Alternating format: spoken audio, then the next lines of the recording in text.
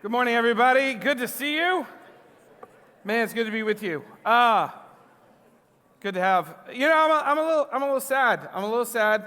We have. I'm looking around. There's so many college students here, and it's so cool.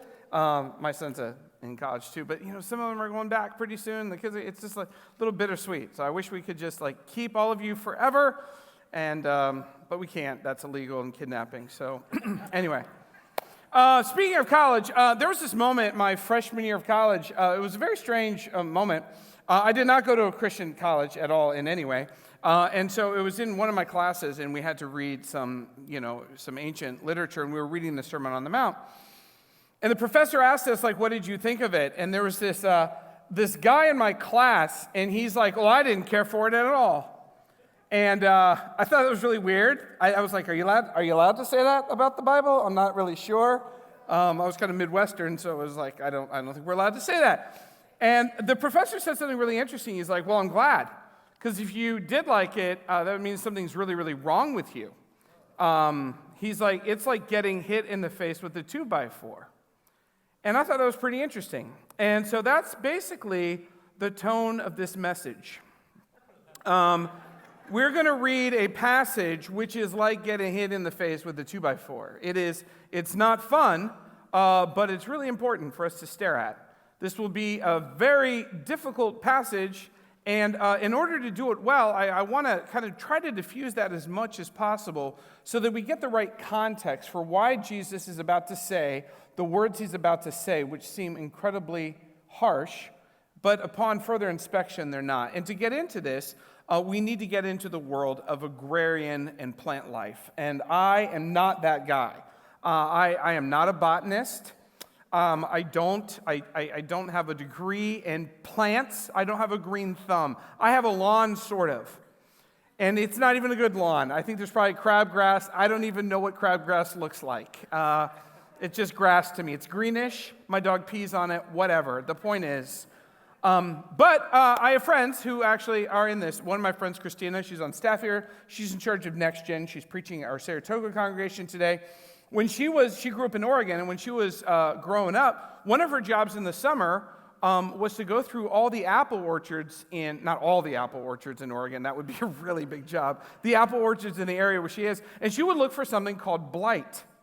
Blight is a disease. It's a bacterial infection that affects trees. And basically what you look for is like this. You go through all the apple trees and look in the sea of green leaves. You look for this really these black leaves. And basically what happens is blight comes and turns the leaves black. You can see it right here. It's kind of, it takes over and kills everything. And the reason it's important is you got to catch it, because if you don't catch it, like any disease, it actually spreads through the rest of the tree. And it's really recognizable. It actually creates this, if you know what to look for, you can see it. It creates these like shepherd hooks. They're actually called shepherd hooks. It's a telltale sign of blight, which is when living tissue begins to wilt, it dies quickly and then bends downward under the weight and the necrosis of the disease. Leaves often stay attached to dead branches and shoots, giving them this scorched look as the disease spreads throughout the trees. And you got to cut it off or it will kill the entire tree. It takes over.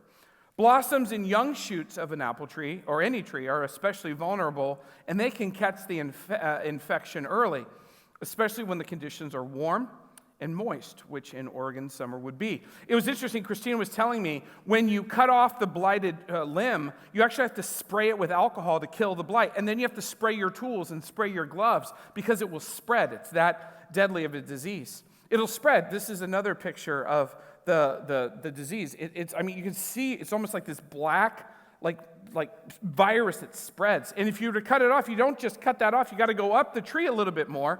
Like right there, you got to cut that off in order to make sure you get it all. I say this because this is what we're talking about today. When I start talking about, we come to a verse today which no one likes, but if you keep this in mind, it could help frame what God's trying to do in your life and in mine.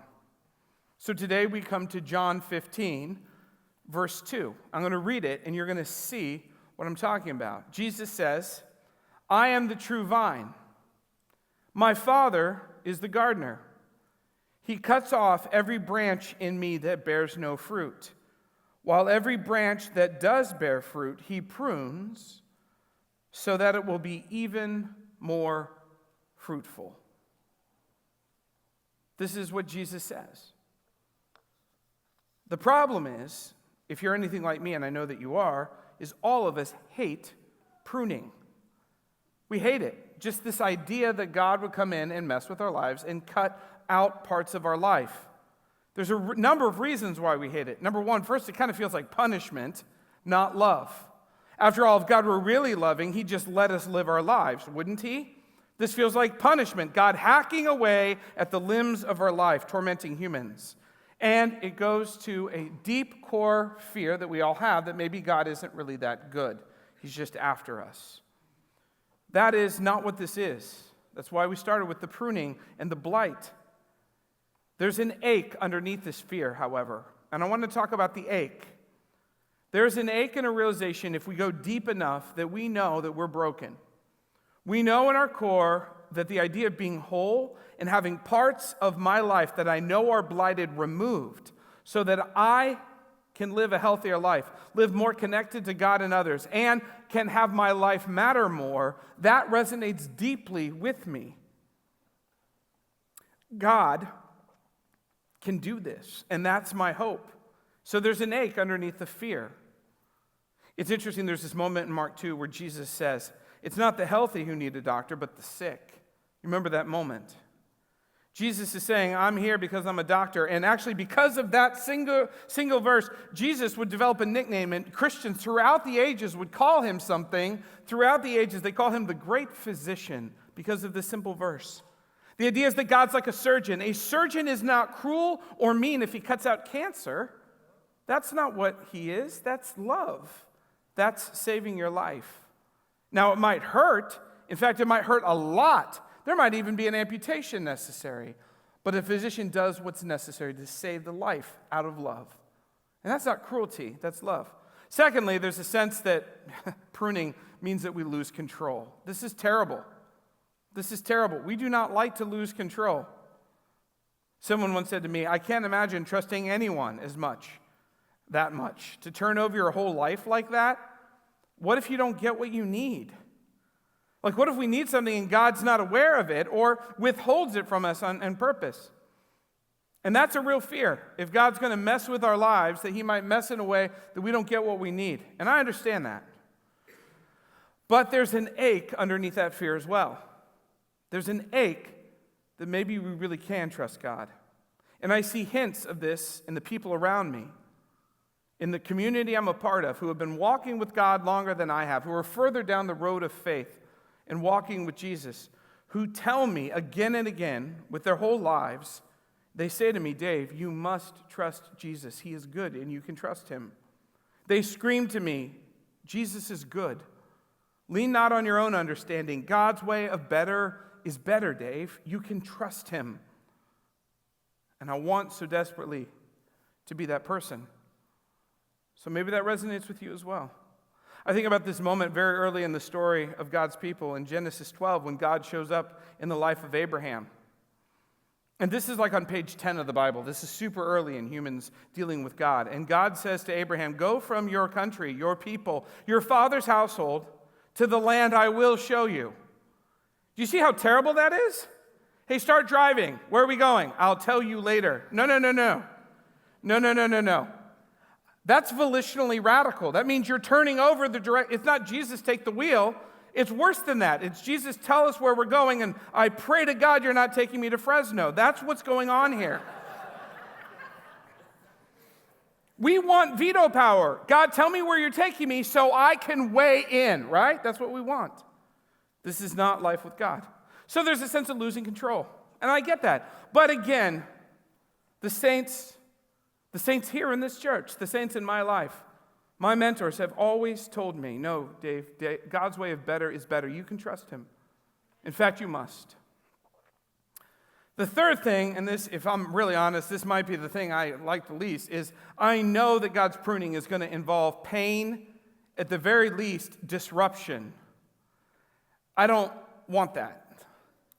I know, it's like I have this thing in me. I say, I know this is probably right. I know God's way is better, but I think it's actually going to require a lot of me. And maybe there's too much upheaval. I don't know about you, but I naturally resist surrender. I just do. I know that it's probably good for me, but I also am a little afraid. But there's an ache underneath that fear. I know that I am meant for depth, that Jesus is constantly wanting to do more in all of our lives. And the things I'm holding on to are not as good as Jesus. They're like empty cisterns, wells without water. He's the only well. He's the only vine. And I should only be connected to him. He says, I'm the true vine after all. The great poet, I think he's my favorite poet. I think he is, W.H. Auden. I'm a former literature teacher, so I go on these literature tangents. But W.H. Auden might really be my favorite poet. He's a World War I poet. No, he came out of that. And so he said, we would rather be ruined than changed. We'd rather die in dread than climb the cross of the moment and let our illusions die. We'd rather be ruined than changed. Francis Chan put it this way. He said, our greatest fear should not be a failure, but it's succeeding at things in life that don't really matter. We have to cut off the things that don't matter and move toward God. You see, at the end of the day, and I got to say this clearly, pruning isn't proof that God has abandoned us. It's proof that he's committed to us. One final thing before I go any further. This is something that's very important. Suffering and pruning are not the same thing. Suffering is suffering. And God can absolutely show up in the middle of your suffering, and he desperately wants to move and work and be with you. Suffering can be a time of incredible growth, but suffering and pruning are different, just so we're clear. So, moving on, let's talk about pruning. When God moves in our lives. Because we have all this fear, I think there's something is real that happens, and that is this. We much prefer self-pruning. We much prefer self-pruning. In fact, in the Bay Area, we're especially good at self-pruning. Maximum productivity. Go, go, go, right? Grow. I have a buddy who went on a work trip to Southern California. He gets up real early. He goes to the gym at like 5:30 a.m. It is packed. It's a work trip for all these CEOs and everyone's there at 5:30 because they're all high-functioning people who go, and they have growth, and they have maximum productivity for their finances, for their health, for their career, for their achievement. 5 a.m., gyms full of executives. That's self-pruning, and we're really good at it. But sometimes self-pruning can be about us. The modern fixation is mostly on achievement, and achievement for what reason? For us. That's self-improvement. Last week, David Kim talked about this vine that grows all through the Midwest and the South. It's called kudzu. And it's so fast-growing, it can overtake the whole buildings. There's a picture of what kudzu like. It just grows over everything. But it grows for growing's sake, for its own sake. And the invitation is not to self-pruning, is it? It's this. Let me repeat the verse again, Jesus. I am the true vine, and my Father is the gardener. Who's the one doing the pruning? Not us. It's God. And in a world of more, God's pruning often looks like less. In a world of me, God's pruning often looks like selflessness. And again, what's the point of all this pruning? He says he prunes every branch so that it will be even more fruitful.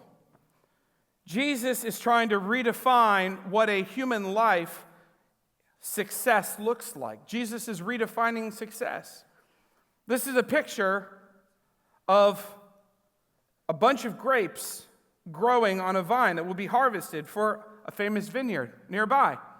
These grapes are big.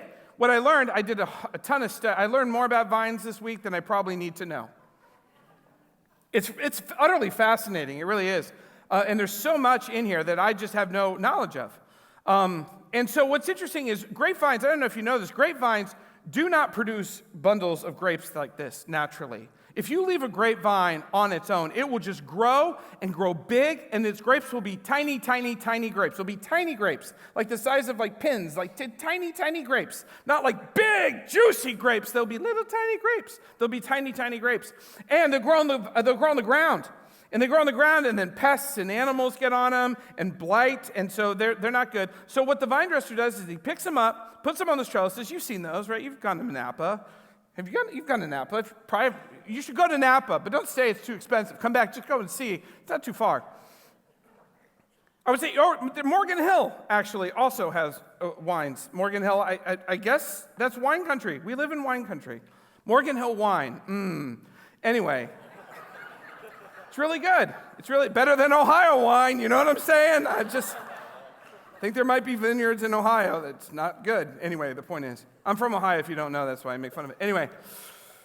The point is that the vintner actually raises the vines, they put them up, and then they start cutting off branches to redirect the plant's energies to go into those grapes so that they're big and juicy and big and not small. And what is the fruit that God's after in our lives? It's pretty easy. In Galatians 5, Paul outlines it. The fruit of the Spirit is love and joy and peace and patience and kindness and goodness and faithfulness, gentleness, and self-control. It's interesting, this fruit is just a mixture of stuff that's internal to us, things that we need. I need joy, and I need peace. I need faithfulness to my God. I need self-control. But they're also oddly social, aren't they? Joy is contagious. Peace between humans. Why do we need patience? Because you have to deal with those people. Don't point. Kindness is an active work toward other people. Goodness, too. Faithfulness can result in real relationship. And then gentleness, of course. So they're both internal dispositions that benefit us, but they also have outworkings in the social world. We have two definitions. David Kim shared them last week. I'm going to share them again. I'm going to read them again. One of them shorter, one of them is longer. They might help. One of them, by Robert Mulholland, puts it like this. He said, spiritual formation is a process of being formed in the image of Christ for the sake of others. Everything God's trying to do, Mulholland says, is actually for the sake of others. Jeffrey Greenman has a slightly different spin. Maybe it's helpful, maybe it's not. I don't know if it's helpful. I like it. It says this: spiritual formation is our continuing response. I love that. I love how Archie said this morning, it resonated deeply with my soul. He's like, asking, Christianity is not a one-time thing. This is a daily thing, right? This is a continual, I'm going to one-up. Yes, God, I'm in. It's just daily, sometimes hour by hour. It's a continuing response to the reality of God's grace, shaping us in the image of Jesus Christ through the work of the Holy Spirit in the community of faith, for God's glory, for our good, and for the sake of others. But one of the things I want to point out that's worthy of reflection here is that grapevines don't eat grapes, and that orange trees don't eat oranges. The fruit is always for others. Which means, and this is sobering, if we do not participate with God in this work, who will be hurt most? It will be the people that depend on us, the people that we love, the people around us. This is why it's so important. So, what does pruning look like? Again, I did way too much research on this. I watched way too many YouTube videos. People are going to think I'm an alcoholic. I watch so much wine videos. It's very interesting. There's a book called Scouting the Divine by a wonderful author, Margaret Feinberg. And she actually spent some time at a Napa vineyard with a friend of hers named Christoph, who was the chief vine dresser. And she's all sorts of interesting things. First, I learned this. First of all, brand new vines, there's a number of different types of pruning. With brand new vines, they'll chop off whole branches just to make sure it's concentrated, because what the branches will do, the vine, it'll try to offshoot, and they want it in one vine, right? So they'll cut off whole branches. Then with young vines, and this is shocking to me, do you know that vines don't even produce fruit for like 3 or 4 years? This is a long-term investment. They don't even really let the vine produce grapes for like 3 or 4 years. This is a super long-term investment. So they'll cut off the fruit branches to get it steady and to get it healthy. Also, it's interesting. You know how this is a little extra. The first service didn't get this. So you know how like the vine branch, I have another vine branch? They put them 6 feet apart, and you would think they water each one. They water right in the middle. Do you know why? Because they want to stress the vines to grow deep roots, so they water right in the middle. They never water on the vine, they water right in the middle. They want to intentionally stress the vine. Fascinating. Juvenile vines, what they do is they start cutting off all the branches. It's fruiting branches versus non-fruiting branches, and they cut off the non-fruiting branches. And then as the vines mature, this is super interesting, the vine dresser goes down, and he's not going out there with a hacksaw or a chainsaw. He's got these little scissors. They're like shearing prunes. They're like tiny scissors, like you'd use in your kitchen, only sharper. And he goes down the vine and he just trims. Like you'll have a branch and it'll have 3 buds, but they don't want 3 buds. They only want 2 buds, so they cut off the third. Or there'll be one and they want them 6 inches apart, the little fruiting vines. And they cut them all the way back. And so if there's one that has like 2 right here, they'll take the weaker one and just cut it off so that there's only 1 every 6 inches. There's just little tiny snips. Or there'll be too much leaf. And so they'll cut off the leaf so it can get more sun. Little tiny snips. There's a passage in the book which I loved. I'm just going to read the whole thing for you. Here it is.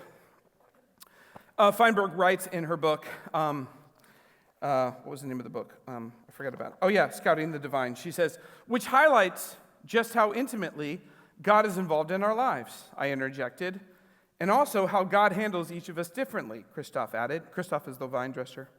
He explained that if a vine dresser chooses the wrong cuts, the vine won't produce fruit. That's why a vine dresser looks at each vine individually. Carefully. Each vine is unique. Even 2 vines planted next to each other may require significantly different pruning in order to produce fruit. One vine may have great soil and be strong enough to handle a significant pruning, but the next vine may be weaker, and the same pruning would leave it fruitless, he explained, which may be one of the reasons Jesus chose to describe his Father as a vine dresser, I offered. He's the only one who can make those judgments.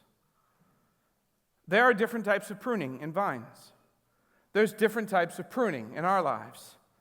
And I want to be real careful not to overprescribe or underprescribe or describe at all what type of pruning God wants to do in your life. For some, it may be small, intricate cuts to produce more and better. For others, it may be drastic cutbacks, a complete change in heart or direction. The bottom line is, I do not know. And do you know why I don't know? Because I am not the vine dresser. I'm not the gardener. God is. And our job is to submit to him. He's the master gardener, and he is the only one who can make those judgments. So, how does this work?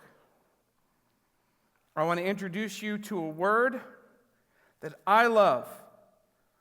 Everybody else on staff said I shouldn't use it. I did not listen to them. It's from medieval theologians use this word all the time. I loved it, or in the Middle Ages. And backstage, somebody said, with you, Tieche, everything's Middle Age. And I did not like that. I did not like it. I said, get out.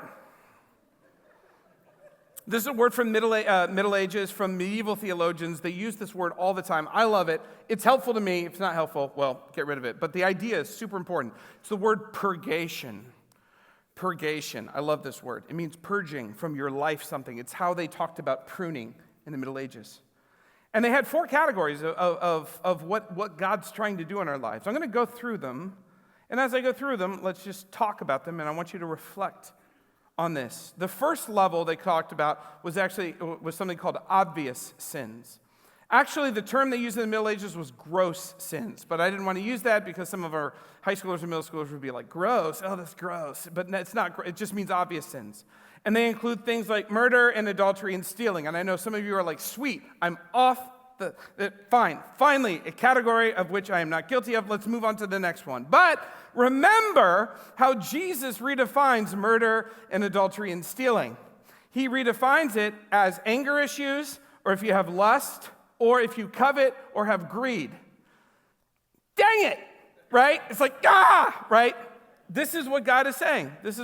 So it's like dealing with this. The stuff on the surface, the stuff that's right there, like dealing with this. So we have to deal with this. We have to get this. And how do we do this? We give it to God and say, listen, I've got this stuff in my life. I need it gone. I want it gone. Will you help me? The next level that the medieval theologians talked about is conscious sins. These are socially acceptable, but not the way of Jesus. So they're fine in society, but they're not okay for a follower of Jesus. Anything that we do. And conscious sins are things that when we know we're doing them, but we know we need to stop. Now, the church is actually pretty good at identifying and helping people with obvious and conscious sins. We're pretty good. But that's not where the list ends. It goes deeper. There's more. The next level is unconscious sins. These are areas of broken motivation or unsubmitted or unexamined areas of our lives. Now, this is hard work. Now, some of you are like, well, how can I be held responsible for an unconscious sin? I mean, I don't even know I'm doing it. And I think that that's the whole point. We can't. We need God's help to illuminate in us. Sometimes always this requires God's help. And it often requires His community. Trusted people around us, counselors, mentors, friends, spouses, to reveal to us the things that we're not even aware we're doing. We all have blind spots, areas that we need help. And the unconscious sins is submitting our lives and saying, God, help me see myself and what I'm doing, even if I don't see it. And this is really hard. Now, so do you see this? Unconsciousness, let's go back to unconscious sins for a second. Unconsciousness, this is real tough. This is real tough because this means that you have to do the hard work of being in close enough community that you can develop the trust enough for someone to say that to you. This is really hard work. This is why life groups are so important. This is why spiritual friendships are so important. This is why counseling and mentoring is so important. This is hard work. It takes a lot of work. Not everyone has the right to just come into your life and point out all the ways that you're messing up. They don't even know you. This has got to be done after a time of trust. So I guess maybe the question is, do you have anyone in your life who loves you enough that you trust enough to have these kind of conversations with? And then the last level, it goes even further. This is there's different words for this. Sometimes it's called trust structures, like what we actually trust in. Sometimes it's called attachment or attachment. Sometimes it's called idols. Sometimes it's called emotional programs for happiness.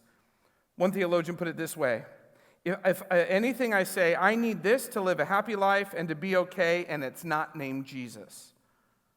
This takes a tremendous amount of work. This often comes from our family of origin, or our wounds, or the way that life has wounded us, or we've learned to survive in the world and we're just trying to make it. This is really hard to get to the bottom of. And again, how can we possibly do it? Well, we have to do the work with God. God will help us do the work. This is very, very challenging. So I guess the question is, how do we be pruned? How can you and I participate? How do we be pruned? How does this even work? I think the answer is right back in the verse. I'm the true vine. My Father's the gardener. He cuts off every branch in me that bears no fruit. Where are the vine? We're in Him. If we're in Him, He's going to prune us. If we work to get connected to Jesus and submit our lives to the Father, He will prune us. Early on in my Christianity, once I became a Christian right after my senior year of college, and I was just desperate. I was desperate to follow the way of Jesus, and I was living in Ohio at the time, in Dayton, and I had friends in Chicago who went to a school up there called Moody Bible Institute. And I would drive every Friday. I would drive up to where they are, and I'd audit their classes, and I'd spend time in that incredible community. And I was just desperate. And they had a pastor at Moody Bible. His name was Erwin Lutzer. And one time he just came and spoke to the college kids. I'll just never forget it. We were just desperate. And he preached from the Sermon on the Mount. And he quoted this. He said, this is Jesus' words in Matthew 5. He says, if your right eye causes you to sin, causes you to stumble, gouge it out and throw it away. It's better for you to lose one part of your body than for your whole body to be thrown into hell. And if your right hand causes you to stumble, cut it off and throw it away. It's better for you to lose one part of your body than for your whole body to go into hell. And Jesus is using hyperbole, but he's also trying to make a point about how serious God takes blight, how serious God takes pruning. And Erwin Lutzer looked at us, all of us college students, and said, I've been reflecting on this for several days now, and in the way that only a wise teacher can say. He said, I think Jesus is trying to say three things to us about this process. Number one, it would be painful. This is a painful process. Gouging and cutting, it'd be painful. Number two, it'd be permanent. We would work to make sure that it's permanent. You cut your hand out, you're not getting it back. It's permanent. And then thirdly, he says, it would be worth it. It'd be worth it. And then he encouraged us. He's like, so search yourself and ask God to help you. And for some reason, that pastor's sermon to just us college kids in the basement of Moody Church really resonated with me. See, the paradox of pruning is something that deep down most of us don't even want to know or admit, that in order to grow, we have to get cut back. And that though painful, careful pruning is actually one of God's greatest acts of love. This is God's carefully, individually tailored attention to your life and to mine to help us produce life and fruit. So here's what we're going to do.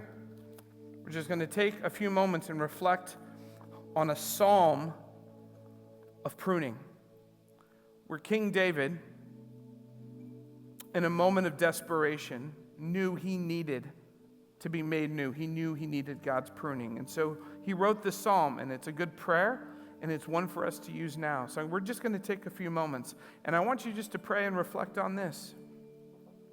Search me, O God, David writes. Know my heart. Know my thoughts.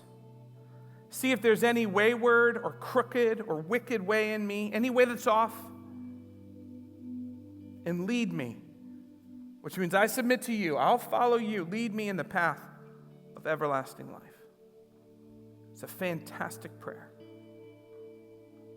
So let's just take now a moment in the quietness of this place and ask God about the pruning he wants to do in your life and mine.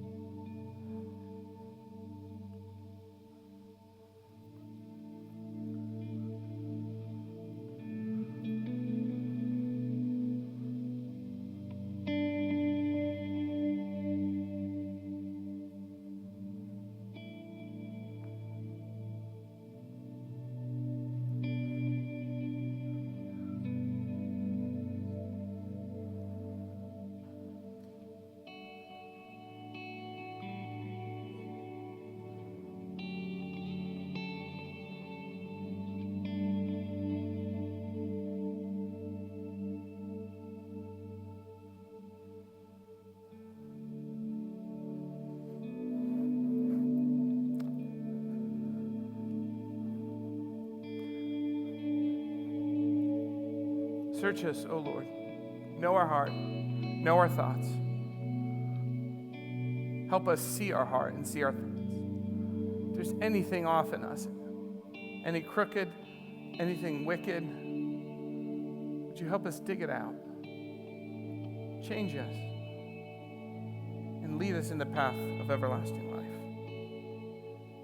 We trust you. Help us trust you. Help us want to trust you. We surrender our lives. And we fall down on the truth that if you don't help us, there's nothing we can do. We're stuck. But with you, we're convinced that you will help us and prune us in such a way to lead us to health and to fruit. Would you do this for your glory, for our good, and for the good of others? It's in your name we pray. Amen. Amen. Will you stand with me as we worship?